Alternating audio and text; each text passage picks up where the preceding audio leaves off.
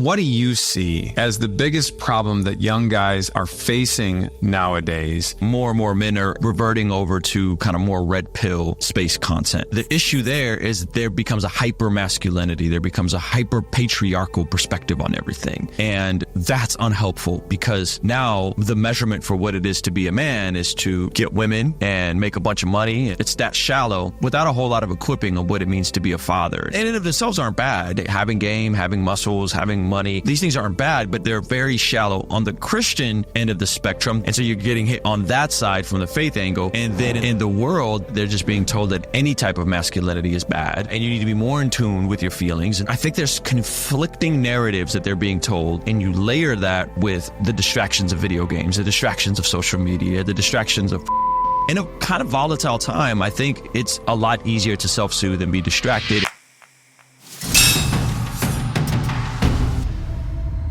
You got men that have completely gone off the rails and don't even care to be in a relationship. The term for those guys kind of be incels. Some men going on their own. There's just so many different distractions that they're being hit with. And I think it's hard to find not just good sources of inspiration and information, but good sources of now, how do I implement these things into my day-to-day life and start to move the needle? And so if I had to pinpoint it, I think right now we have more distractions than ever. And getting good information that I could apply and know what my North Star is becoming more and more difficult. I love that answer because you're putting it down to one word, and it is distraction. And I've got to agree with you. I think one of the interesting things about the whole Andrew Tate, red pill, all that kind of stuff. First of all, let me just begin by condemning it the same way that you did, that it leads to something that becomes unbelievably instructive that has to be out there.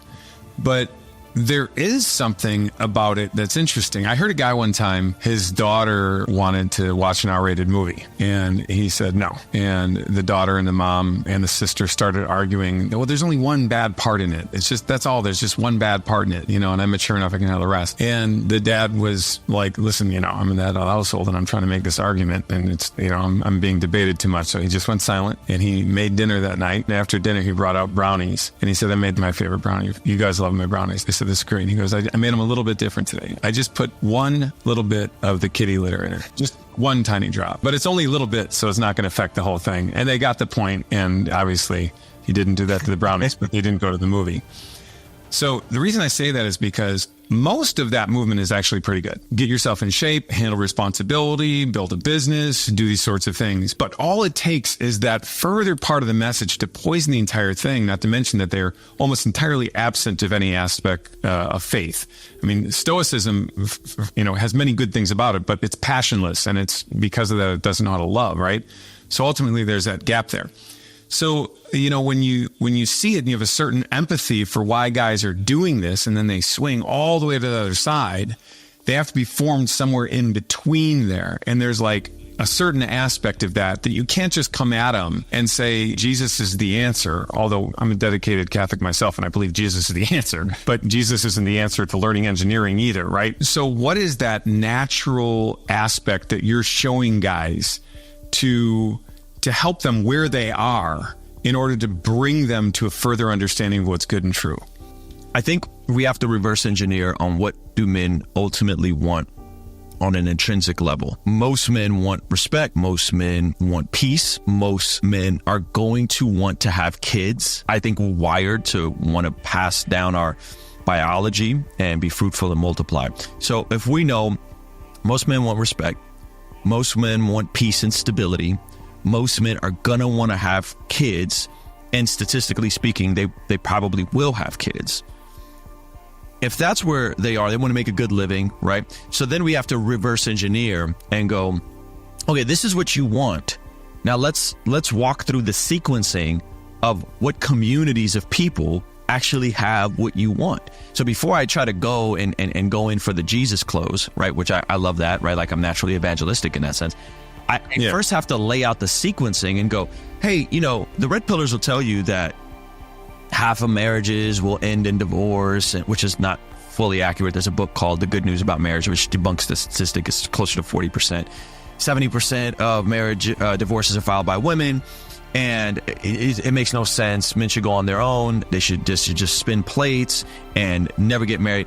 And then I go, okay, well, would you want your kids to be brought up in a home where you're not present? Would you want multiple kids with multiple women? Do you think that that's helpful? Right? Because that's the logical path. And anyone that knows anyone that's had multiple kids with multiple women knows how draining that is spiritually, but how catastrophic that could be financially, because you're going to have to pay child support whether you marry the mom or not. Okay, so that's out. We don't want to have multiple kids by multiple women. Got it. Okay. We want stability. We want peace. We want respect. We want financial stability. So what are the communities that actually have that? What communities really have that?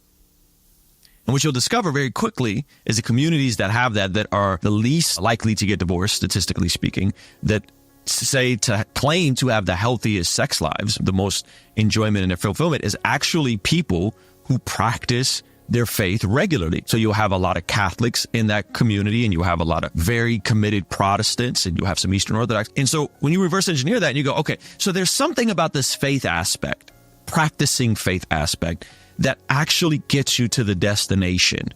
And let's look at those numbers. So if I told you that if you wanted to be shredded, in order to be shredded, there's a correlation to all the people that are shredded tend to love chicken and broccoli. And I know chicken and broccoli doesn't seem sexy on the outside, and who wants to eat chicken and broccoli? But that's the defining fact. There's a lot of chicken and a lot of broccoli and some rice.